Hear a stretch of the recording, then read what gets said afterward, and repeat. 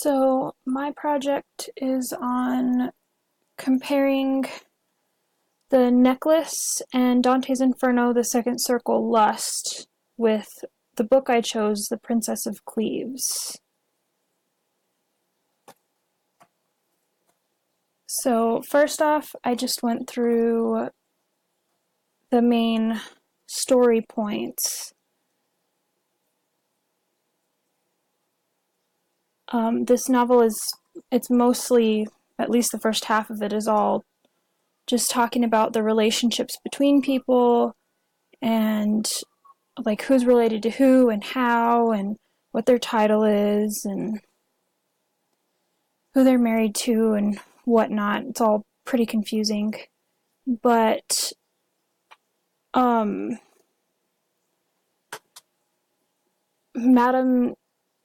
de Chartreux is basically just trying to marry off her daughter to someone worthy, which is kind of difficult because she holds her daughter very highly and really just wants the perfect, most fitting husband for her. But she ends up finding the Prince of Cleves, who his father does not want him to marry her because he does not think that she's worthy of his son. Then he passes away, so the prince proposes, and Madame de Chartreux just kind of decides, even though he's the youngest son out of the family, that he'll do, pretty much.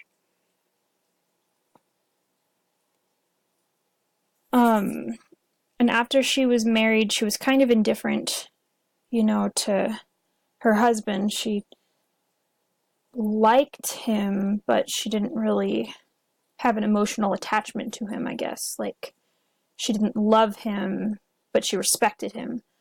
And she ended up going to a party or a ball or whatever you want to call it.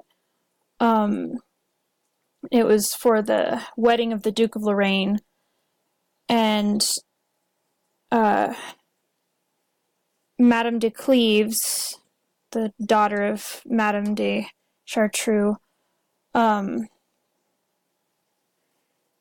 meets the Prince of Nemours, or Monsieur de Nemours, as it says in the book.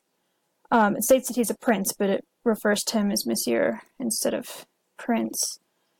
And they say that he's the most handsome, beautiful man that anyone's ever seen, and he's very stunning. And Madame de Cleves is this same way. She's the most beautiful woman anybody's ever seen, and so when they see each other, they kind of have this moment of shock, and without being introduced, they start dancing together. And the king finds that kind of strange, so he introduces them. So he thinks it's weird that they're just kind of dancing together, even though they don't know each other. Very informal.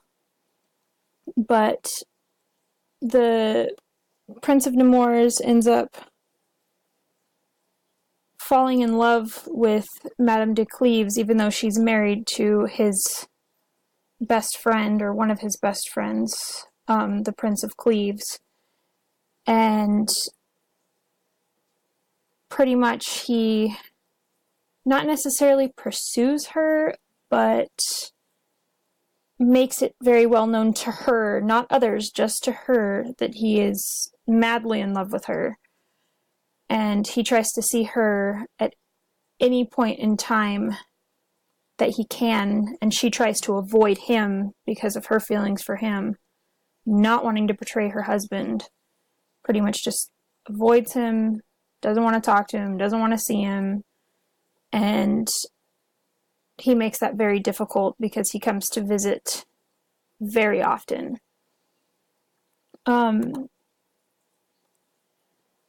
Towards the, I guess, middle of the story, maybe a little later, Madame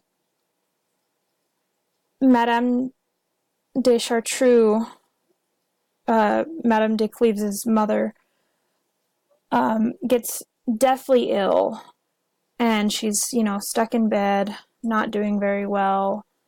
And,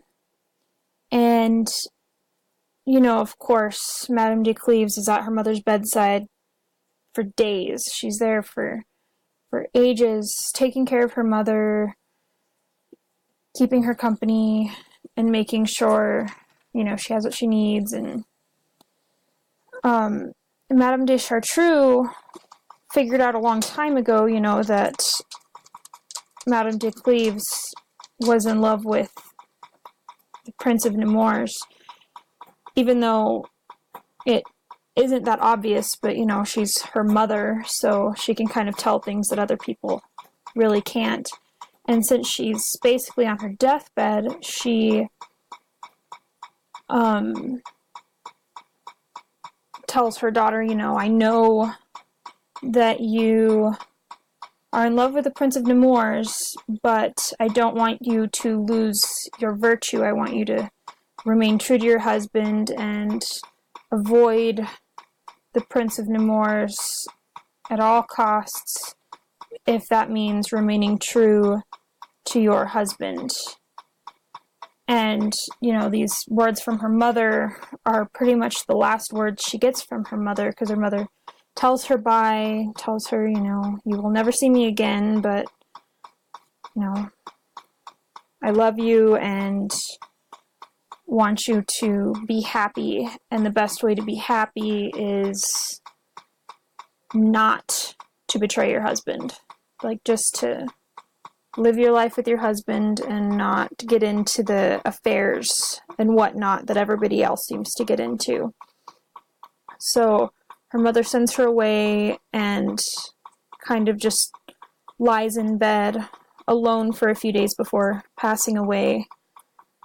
And the Madame de Cleves is taken into retirement by the Prince of Cleves, her husband, and he takes her out into the country so she's away from people so she can mourn her mother's death. And that gives her, the perfect opportunity to avoid the Prince of Nemours and kind of gives her that solitude that she needs for mourning. But even though she's trying to hide out in the country, the Prince of Nemours still goes and visits her, claiming, obviously that he's going to visit the Prince of Cleves, but, asks to speak to Madame de Cleves, who refuses him. She refuses to see him. She refuses to talk to him. She won't have anything to do with him. And she has, the perfect excuse of mourning. So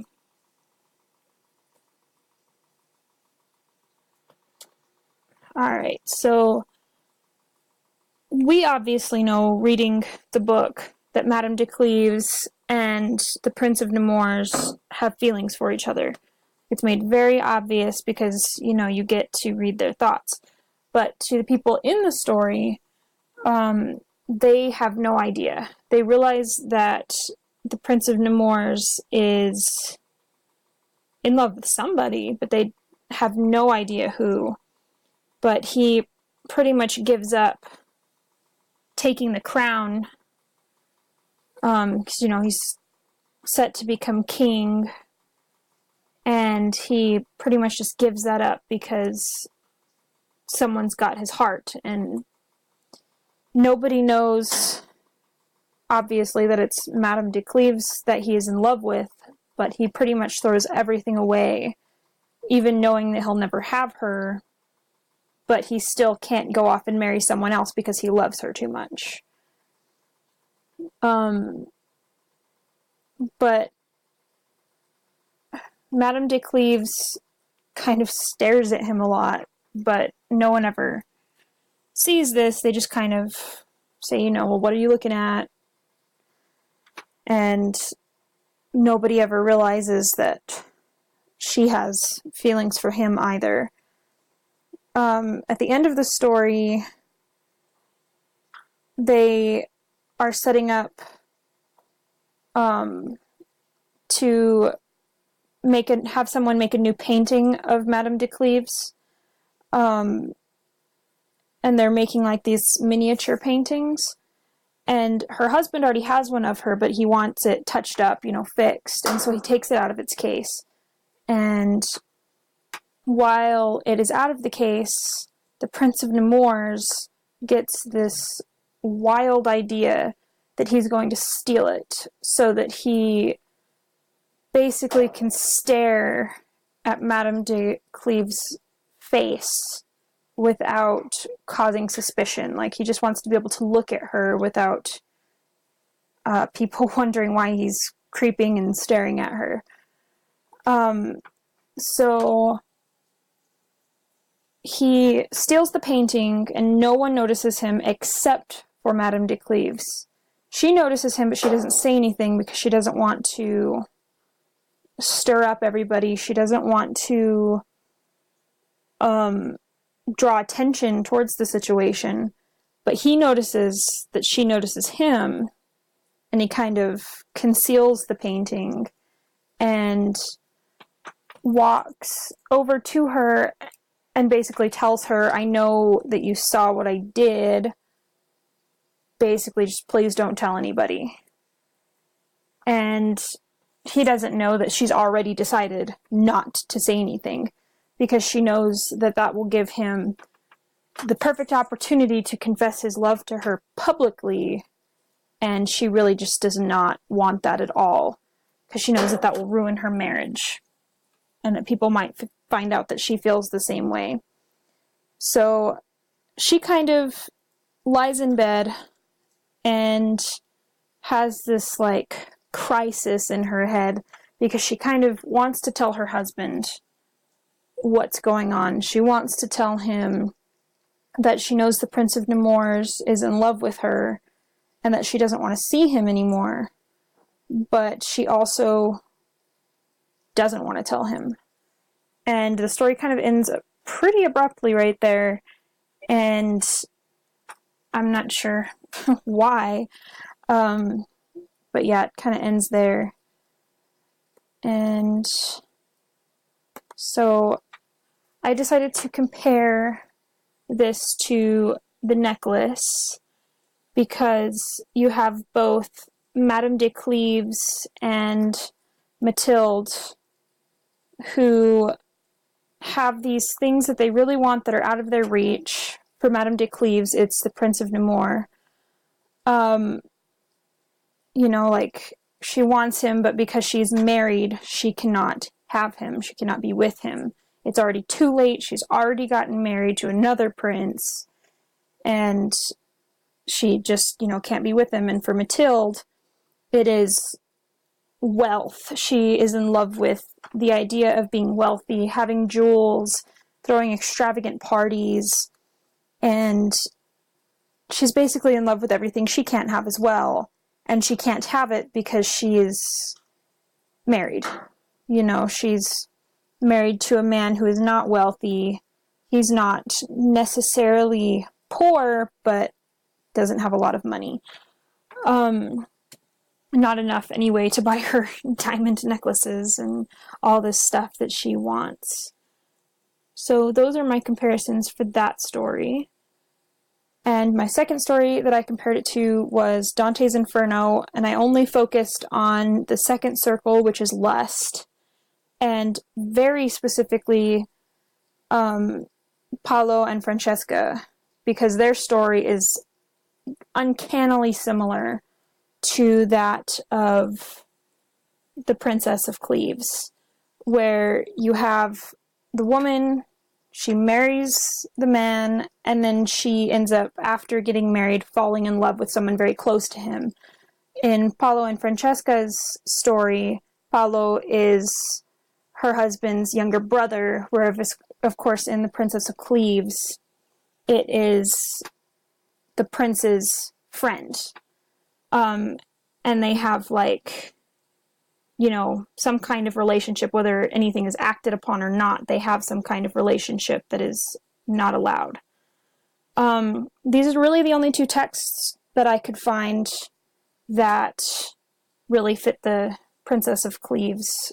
I wish I could have found more, but I could not.